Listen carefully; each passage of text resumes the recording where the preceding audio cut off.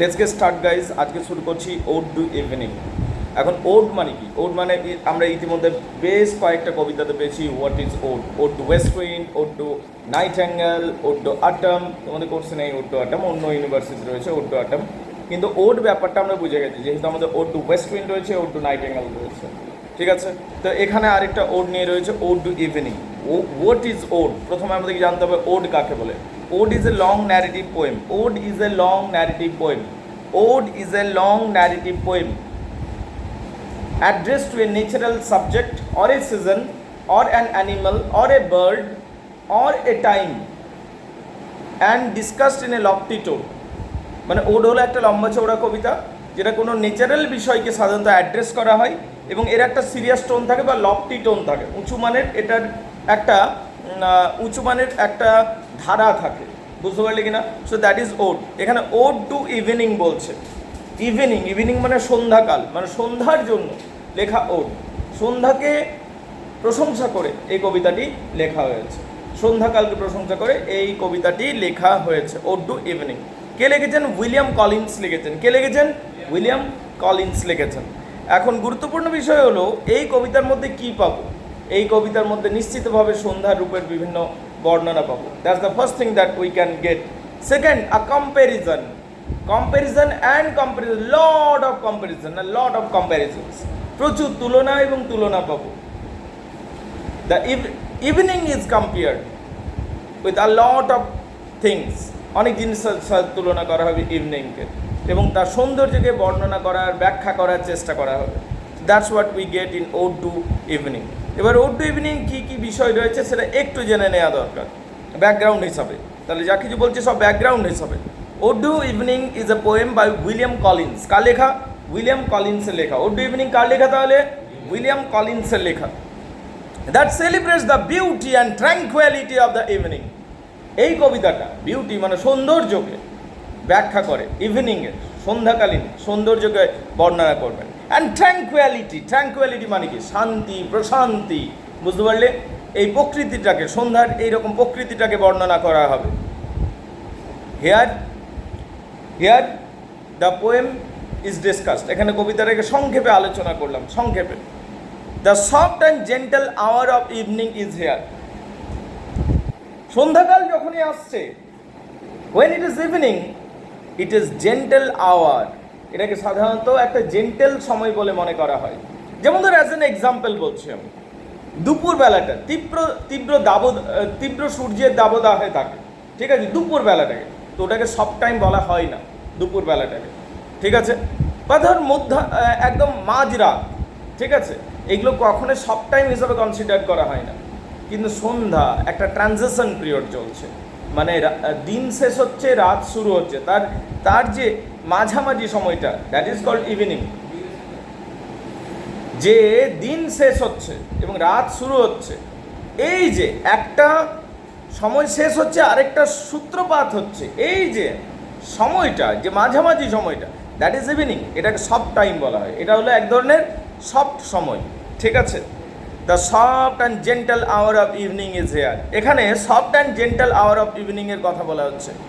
When the sun sinks below the horizon, যেখানে সূর্য অস্ত যাচ্ছে, and darkness slowly spreads over is soothing veil, এবং ডার্কনেস, অন্ধকার নেমে আসছে, অন্ধকার তার পর্দা নামিয়ে আনছে ধীরে ধীরে। The world grows calm, the world, এই পৃথিবীটা আস্তে আস্তে স্নিগ্ধ হয়ে উঠছে। সূর্যের যে দাবদাহ ছিল সেখান থেকে এবার মুক্তি পাচ্ছে মানুষজন, আস্তে আস্তে স্নিগ্ধতার মধ্যে পৌঁছাচ্ছে। আর নেচার বিকাম স্টিল, প্রকৃতি শান্ত হয়ে উঠছে। যখন দিন থাকে প্রকৃতিও যেন চঞ্চল থাকে, যখন রাত হতে শুরু করে আস্তে আস্তে সূর্যাস্ত হয়ে যায়, তখন সব কিছুই যেন ঘুমিয়ে পড়তে থাকে। অ্যাজ এ কোয়াইটিটিউড, সেই জন্য চারিদিকে একটা প্রশান্তি রয়েছে, চারিদিকে একটা শান্তি রয়েছে। Of nights of night descends upon the আর্থ, তার কারণ এরপরেই রাত্রি নেমে আসবে, সন্ধ্যার পরেই রাত্রি নেমে আসে। In the sudden and peaceful setting, look, so it is a peaceful setting. সন্ধ্যা মানেই হলো একটা peaceful setting. The poet muses and the charms of evening. কবিতার মধ্যে কবি মিউজেস মানে থিঙ্ক করেছেন, ভেবেছেন। কি নিয়ে ভেবেছেন? এই সন্ধ্যার সন্ধ্যার যে সুদিং বিউটিটা রয়েছে, ঠিক আছে, মুগ্ধ করার মতো শান্ত পরিবেশ রয়েছে, সেইটাকে নিয়ে তিনি ভেবেছেন। He sees the golden light fading into shadow. তিনি ভেবেছেন, তিনি দেখেছেন the golden light fading into shadows, যে পৃথিবীর উপর যে গোল্ডেন লাইটটা, সূর্যের গোল্ডেন লাইটটা এসে পড়ে, সেটা কিভাবে সন্ধ্যাকালীন সময়ে সেই গোল্ডেন লাইটটা ফ্যাকাশে হয়ে যাচ্ছে এবং বিভিন্ন শ্যাডোজ নেমে আসছে। The glows of twilight casting a mystical hue. এবং টুইলাইট যখন গোধূলি হয়েছে, যখন সন্ধ্যা হয়েছে, তখন যেন এক মিস্টিক্যাল হিউ, একটা অপূর্ব সুন্দর আভা দেখা যাচ্ছে আকাশে। দ্য স্টার্স এমার্জিং, আস্তে আস্তে তারাগুলো যেন উঠছে, ওয়ান বাই ওয়ান, একে একে তারাগুলো উঠছে। ইন দ্য ডার্কেনিং স্কাই, অন্ধকার আকাশের মধ্যে। দ্য পোয়েট ইমাজিনস, কবি আরও কল্পনা করছেন, imagines the spirit of departed finding solace in the tranquility of evening. কবি আরও কল্পনা করছেন যে এই সময়টাই হলো সেই সময়, যে সময় মানুষের ডিপার্টেড সোল, মানুষ যখন চলে যায় এই জগৎ থেকে অন্য জগতে, সম্ভবত এই সময়টাতে শান্তি পায়। As they wanders through the ethereal realm. আমরা যদি মিথোলজি পড়ি, আমরা জানি মানুষ মরে যাওয়ার পর ইথারিয়াল রেমে, মানে বাতাসের মধ্যে ঘোরাফেরা করে, ঠিক আছে। তো এই সন্ধ্যার সময়ে তারা প্রশান্তি পায়। গাইডেড বাই দ্য পেল মুনলাইট, তাদেরকে সূর্যের তাপে তাদের তপ্ত হতে হয় না, বরং কি সন্ধ্যার সময় মুনলাইটে স্নিগ্ধ আলো এসে পড়ে, সেটাতে তারা ঘুরে বেড়ায়। হি কন্টেমপ্লেটস দ্য পাসিং অফ টাইম, তিনি সময়ের যাত্রাটাকেও, সময় যে কিভাবে পার হয়ে যাচ্ছে, সময় যে কিভাবে অতিবাহিত হয়ে যাচ্ছে, সেই বিষয়টার উপরও মনোসংযোগ করেছেন। The fleeting nature of life, the inevitable of death, inevitable death, এই যে কনসেপ্টগুলো, ইনএভাইটেবল মানে কি, যেটাকে তুই অ্যাভয়েড করতে পারবি না, যেটা আসবে, যেটা অপরিহার্য, যেটা তোর সামনে আসবেই, সেই ডেথ, মৃত্যুরও যেন একটা আমাদের কল্পনা দেয়, বা মৃত্যুকেও যেন আমাদের স্মরণ করিয়ে দেয়, যে যেন পৃথিবীকে আমরা যেন সুন্দরভাবে আরও বেশি করে উপভোগ করতে পারি, সেটা যেন আমাদের মনে করিয়ে দেয়। Yet even in the face of mortality, সন্ধ্যা যদিও মৃত্যুকে, ডেথকে রিমাইন্ড করিয়ে দেয় আমাদের, তবু the poet find solace in the beauty of the being. কিন্তু কবি যেন এটার মধ্যেও একটা প্রশান্তি খুঁজে পেয়েছেন, এবং he sees it as a respite from the toils of day. তিনি এই সন্ধ্যাবেলাকে এমনভাবে ব্যাখ্যা করছেন যে সারাদিন আমরা প্রচুর পরিশ্রম করি, তার প্রশান্তি শুরু হয় সন্ধ্যা থেকে। তার যে আমরা সারাদিন পরিশ্রম করি, তার সারাদিন যে খাটি, তার শান্তি নেওয়ার পালাটা শুরু হয় এই সন্ধ্যাবেলা থেকে। তার কারণ আগেকার দিনে লোকজন দিনের বেলায় খাটতো, সন্ধ্যা হলে কাজ বন্ধ করে দিত, তার মানে সন্ধ্যা এসছে মানে বিশ্রাম নেওয়ার পালা। তো কবি সেটাকেই ব্যাখ্যা করছেন যে সন্ধ্যা হলো এমন একটা সময় যেটা মৃত্যুকে নির্দেশ করে, ঠিক, কিন্তু সাথে সাথে এটা প্রশান্তিকেও নির্দেশ করে, বা শান্তি বা বিশ্রামের সময়কেও নির্দেশ করে। এ টাইম ফর রিফ্লেকশন, এটা এমনই একটা সময়, টাইম ফর রিফ্লেকশন, ইন্ট্রোস্পেকশন, যে বাড়ি গিয়ে তুমি চিন্তা করতে পারো, রিল্যাক্সভাবে ভাবতে পারো, অ্যান্ড কন্টেমপ্লেশন, গভীরভাবে চিন্তায় মগ্ন হতে পারো। তার কারণ গভীরভাবে চিন্তায় কখন মগ্ন হবি তুই? যখন তুই কাজ না করে বিশ্রাম করছিস, রেস্ট নিচ্ছিস একটু, তখন তুই ভাবতে পারবি, রাইট? তোকে আমি বললাম কোদাল চালা, যখন তুই কোদাল চালাতে যাবি তখন কি তুই এটা করতে পারবি না? এটা তুই কোনোদিনই করতে পারবি না। তাহলে সন্ধ্যাবেলাতে আমরা কি পাই? সন্ধ্যাবেলা যেমন মৃত্যুর নির্দেশক হচ্ছে, সন্ধ্যাবেলাতে যেন সন্ধ্যা, ইভিনিং, ডেথ, এইগুলো যেন প্যারালাল মিনিং হয়ে যায় বা সেম মিনিং মনে হয়, কিন্তু সাথে সাথে সন্ধ্যাবেলা খেয়াল রাখবে বিশ্রামের সূচকও বটে, যে সারাদিন কাজ করার পর সন্ধ্যাবেলাতেই আমরা কি একটু শান্তি পাই, তাই না? এখানে তারপর দেখো, yet the evening face the mortality, তাই সন্ধ্যাবেলার যদি মর্টালিটি মানে মৃত্যুকে সূচনা করে, এটা যেমন সত্য, the poet find solace in the beauty of the evening, কিন্তু কবি এই সন্ধ্যাবেলার মধ্যে সৌন্দর্য খুঁজে পেয়েছেন। He sees it at the respite from the toil of the day, সারাদিন পরিশ্রম করে আমরা অবসন্ন যখন হয়ে যাই, এই সন্ধ্যাবেলাতেই আমরা বিশ্রাম পাই। A mortality of reflection, introspection and contemplation, এটা এমনই একটা সময় যেখানে আমরা চিন্তা ভাবনা করতে পারি, শান্তভাবে বসতে পারি। ইট is a moment two appreciate wonder of nature. এটা এমনই একটা সময় যেখানে তুমি শান্ত হয়ে বিশ্রাম নিতে পারো প্রকৃতির কোলে এবং প্রকৃতির সৌন্দর্যকে তুমি প্রাণ ভরে প্রশংসা করতে পারো। And to connect something greater than one self, এবং তুমি চাইলে তুমি and to connect something greater than one self, এবং তুমি চাইলে প্রকৃতির সাথে নিজেকে সংযুক্ত করতে পারো, কারণ প্রকৃতি বৃহৎ এবং এই সময়টাতে তোমার স্পিরিচুয়াল অ্যাওয়েকেনিংও হতে পারে। তাই তুমি if you want you can get a connection with nature, প্রকৃতির সাথে তুমি কানেক্ট হতে পারো। ইন দিস ওড ইভিনিং, এই ওড ইভিনিংয়ে Collins captures an essence and enchanting and mysterious twilight hour. কবি এখানে অতীব সুন্দর দৃশ্যগুলোকে, যা সন্ধ্যাকালীন দৃশ্য, সেগুলোকে তুলে ধরেছেন। He celebrates the harmony and peace can be found.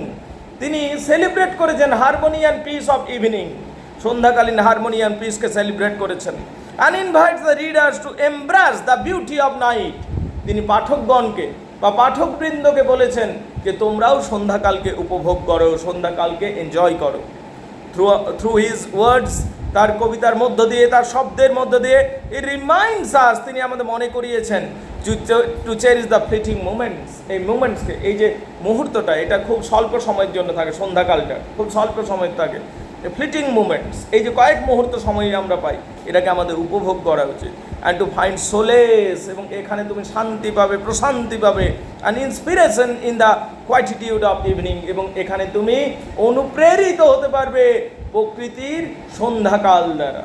তো কবি এই ওড টু ইভিনিংয়ের মধ্যে মূল এই কথাগুলোই বলেছেন। কবি ওড টু ইভিনিংয়ের মধ্যে তাহলে এই কথাগুলো বলেছেন। বলো, বুঝতে পেরেছো কিনা? Everybody has got it clear? ঠিক। বাংলাতে একটু দেওয়া আছে, দেখে নেবে নিজের সুবিধার জন্য। আচ্ছা, তাহলে ওড টু ইভিনিংয়ের মূল বিষয় কি, কবিতার মূল বিষয় কি, কে বলতে পারবে? এক কথায় কে বলতে পারবে ওড টু ইভিনিংয়ের মূল বিষয় কি? দুটো বিষয়, কি বলো? সন্ধ্যার সৌন্দর্য, বিউটি অফ ইভিনিং, এবং ট্র্যাঙ্কুইলিটি, শান্তি, প্রশান্তি রয়েছে, যা আমাদের মুগ্ধ করতে পারে, মনকে রিল্যাক্সড করতে পারে। বুঝতে পারলে কি না? তাহলে দ্য বিউটি অফ ইভিনিং মূল বিষয়, এবং কি অ্যান্ড বলো, and calmness, tranquility that can relax our mind and heart. বুঝতে পারলে কি না? এই জিনিসটা, এইটা হলো মূল বিষয় কবিতার। দ্বিতীয় কথা হচ্ছে, এখানে সন্ধ্যাকালটাকে যখন বর্ণনা করা হচ্ছে, এটাকে লঙ্গার টাইম বলা হচ্ছে না শর্টার টাইম বলা হচ্ছে? সন্ধ্যাকাল সবসময় ছোট, খেয়াল রাখবে। তার কারণ এটা একটা ট্রানজিশনাল পিরিয়ড, মানে দিন শেষ হচ্ছে, রাত শুরু হচ্ছে, তার যে মধ্যক্ষণটা, বুঝতে পারলে, তার যে সন্ধিক্ষণ, সেটাই তো সন্ধ্যা। বুঝতে পারলে কি না? এটা খুবই স্বল্প সময়ের জন্য আসে। আচ্ছা, এই কবিতার মধ্যে সন্ধ্যাকাল কি করে, যেন একটা ব্যালেন্স বা ভারসাম্য বজায় রাখার চেষ্টা করে। কি করার চেষ্টা করে? প্রকৃতির মধ্যে ভারসাম্য বজায়, দিন এবং রাত্রির ভারসাম্যটা বজায় রাখার চেষ্টা করে। বুঝতে পারলে কিনা? আচ্ছা, কবি এই কবিতার সম্বন্ধে আত্মা বা তারাদের সম্বন্ধে কি বলেছেন? কবি কি বলছেন? কবি ধারণা করছেন যে মৃত বা জীবিত সম্প্রদায়ের আত্মারা সন্ধ্যাকালীন সময়ে, মানে যখন আত্মারা, when we die, somebody dies, we become soul, right? এরকম মিথোলজিক্যাল কনসেপ্ট আছে তো। সেই আত্মারা এই সন্ধ্যাকালীন সময়ে অনেক বেশি শান্তি পায়, সন্ধ্যাকালীন সময়ে অনেক বেশি শান্তি পায়। তার কারণ তারা বাতাসে ঘুরে বেড়ায়, এবং কি এই সন্ধ্যার শান্তি এবং নির্দেশনায় শান্ত হয়ে ঘুরে বেড়াতে পারে, অন্ধকারে বিচরণ করতে পারে। তাই এই সন্ধ্যাকালটা শুধু মানুষের জন্য নয়, স্পিরিচুয়াল এন্টিটির জন্যও এটা একটা বিউটিফুল টাইম। বুঝতে পারলি কিনা? Not only for human but also for spiritual entity, this evening is a beautiful time and soothing time. এখানে কয়েকটা প্রশ্ন করা হচ্ছে। What is the main theme তো আমরা বুঝেছি। পরীক্ষার দৃষ্টিকোণ থেকে যদি বলি, এই বিষয়গুলো কিন্তু খুবই গুরুত্বপূর্ণ, যেগুলো আমি আলোচনা করছি। হ্যাঁ, প্রশ্ন হচ্ছে, what does the poet invite the readers to do in the poem? কবি কি চাইছেন, রিডার্স কি করুক চাইছেন? The poet invites the reader two embrace the beauty of the night. কবি চাইছেন রিডার্স যারা রয়েছে, পাঠকবৃন্দ যারা রয়েছে, তারা যেন সন্ধ্যার সৌন্দর্যকে উপলব্ধি করে এবং সন্ধ্যাকালের যে একটা অপূর্ব সুন্দর দৃশ্য রয়েছে সেটাকে যেন উপভোগ করে, সেটাকে যেন উপলব্ধি করে এবং সেখান থেকে সোলেস মানে মনের শান্তি প্রশান্তি পাওয়ার চেষ্টা করে এবং ইন্সপিরেশন যেন পায়। সন্ধ্যাকাল থেকে যেন পাঠকগণ ইন্সপিরেশন পায়। The reader is encourage to cherish the fleeting moments. রিডার্সদের আরও বলা হচ্ছে এই স্বল্প সময়টা, এই সময়টা স্বল্পখানের জন্য থাকে, স্বল্পখানে appreciate the wonder of nature. তাই আমাদের উচিত এই সময়টাকে অ্যাপ্রিসিয়েট করা, এই সময়টাকে অ্যাপ্রিসিয়েট করা আমাদের উচিত। মূল কথা এটাই, যেগুলো বললাম আমি, কবিতার মূল কথা এটাই রয়েছে। তুমি এবার যাই বড় প্রশ্ন লেখো, যেগুলো বললাম সেইগুলো কিন্তু ঢোকাতেই হবে তোমাকে, যাই বড় প্রশ্ন আসুক। আর ছোট প্রশ্নের মধ্যেও এই জিনিসগুলোরই ইকো থাকবে, বুঝতে পারলে কিনা? কারণ মূলত কবিতাটা কী রয়েছে, কবিতাটা হাজারটা কম্প্যারিজন রয়েছে। মানে এর সাথে তুলনা করবে সন্ধ্যাকালকে, কখনো ফুলের সাথে তুলনা করবে সন্ধ্যাকাল, কখনো এইরকম সুন্দর দেখতে, এমনি করেই টানবে। মানে পুরোপুরি কবিতাটার মধ্যে সন্ধ্যাকালের সৌন্দর্য বর্ণিত হয়েছে বিভিন্ন তুলনার মাধ্যমে। আর কি, সন্ধ্যাকাল থেকে আমরা একটা প্রশান্তি পেতে পারি, নিজেদেরকে এনকারেজ করতে পারি, নিজেদেরকে মোটিভেটেড করতে পারি, নিজেদেরকে ইন্সপায়ার্ড করতে পারি, এইটা বলবে। আর 3 নম্বর কথা বলবে যে এটা একটা পিসফুল টাইম, এটা একটা শান্তিপূর্ণ সময়, এই সময়টা very soothing relaxing time. Clear নয়? এইটাই বলা হবে। তাহলে the poem is divided into 3 points. কবিতাটা 3টে পয়েন্টে বা 3টে ভাগে বিভক্ত রয়েছে। Opening situation to the poem, যদি প্রথম সিচুয়েশনের কথা বলি, ওপেনিং সিচুয়েশন টু দ্য পোয়েমের কথা যদি বলি, তাহলে প্রথমে একটা ওপেনিং দেওয়া হচ্ছে যেখানে সৌন্দর্য, যেখানে সন্ধ্যাকালকে ব্যাখ্যা করা হচ্ছে। The centre with the poet request and the guidance from the evening to receive peace. দ্বিতীয়কালে যেন সন্ধ্যাকালের কাছে প্রার্থনা করা হচ্ছে। প্রথম পার্টি কী হবে, ফার্স্ট পার্টি কী হবে, সন্ধ্যার সৌন্দর্য, beauty of the evening will be describe. সন্ধ্যার সৌন্দর্য বর্ণিত হবে প্রথম অংশে। দ্বিতীয় অংশে কি, কবি যেন প্রে করছেন, প্রার্থনা করছেন যে আমাকে গাইড করো সঠিক পথে, যাতে আমি জীবনে শান্তি প্রশান্তি পেতে পারি। এটা হচ্ছে তার কারণ, তুমি অতি প্রাকৃতিক, তুমি অতি মানবীয় এন্টিটি যারা রয়েছে, উপাদান রয়েছে, তাদেরকেও তুমি শান্তিতে রাখার চেষ্টা করো। তাহলে আমিও তোমার কাছ থেকে প্রার্থনা করছি যেন আমাকেও সেই প্রশান্তি বা শান্তি যেন দাও। এবং শেষ পার্টি যদি দেখি, the last part, one of his point of view, the drawing attention to the universal attention of the universal dimension of nature and season. এখানে একটা ইউনিভার্সাল ডাইমেনশন দেওয়ার চেষ্টা করেছেন শেষ অংশে, যে সন্ধ্যাকাল ইউনিভার্সাল ডাইমেনশনকে রিপ্রেজেন্ট করে এবং ইউনিভার্সালিটির সাথে জড়িত রয়েছে। এই মূল বিষয়গুলো বলেছেন। Collin has personified evening as a chaste and reserved and meek maid. তিনি এই সন্ধ্যাকালকে একটা রমণীর সাথে তুলনা করেছেন, যে রমণী বড়ই রিজার্ভড, মানে চুপচাপ থাকে, কম কথা বলে এবং স্নিগ্ধতার মধ্যে, স্নিগ্ধতার আড়ালে ঘোমটার পিছনে থাকে এবং চেষ্ট হয় এবং মিক মানে যে কম কথা বলে, স্নিগ্ধ প্রকৃতির, বুঝতে পারলে? এইরকম রমণীর সাথে তুলনা করা হয়েছে। The evening is addressed as a goddess or nymph. কখনো কখনো সন্ধ্যাকালকে গডেজ হিসাবেও তুলনা করা হয়েছে বা নিম বা পরী হিসাবেও তুলনা করা হয়েছে এই ওড টু ইভিনিং। তাহলে ওড টু ইভিনিং যখন আমরা পড়ছি, আমাদের প্রথমে মনে রাখতে হবে যে ইভিনিং ইজ পার্সনিফাইড হেয়ার। এখানে ইভিনিংকে পার্সনিফাইড করা হয়েছে, মানে এখানে দেবী রূপে কল্পনা করা হয়েছে, নারী রূপে কল্পনা করা হয়েছে। এবং ইভিনিং এমনই একটা সময় যা তোমাকে মোটিভেট করতে পারে, যা তোমাকে ইন্সপায়ার করতে পারে, যা তোমাকে উদ্দীপ্ত করতে পারে। এইভাবে কবিতাটাকে আমাদের সামনে তুলে ধরা হয়েছে। এবার চলো কবিতার প্রত্যেকটা লাইন বাই লাইন বুঝে নেওয়া যাক। এটা এতক্ষণ যেটা করলাম ব্যাকগ্রাউন্ড করলাম, এবার কবিতার লাইন বাই লাইন আমরা বুঝে নিই। আগে বলো এইটুকু ব্যাকগ্রাউন্ড ক্লিয়ার কিনা, আগে এইটুকু আমাকে বলো। If there is any problem and you can say me this, বলো, আমি ডিসকাস করবো। Come on guys.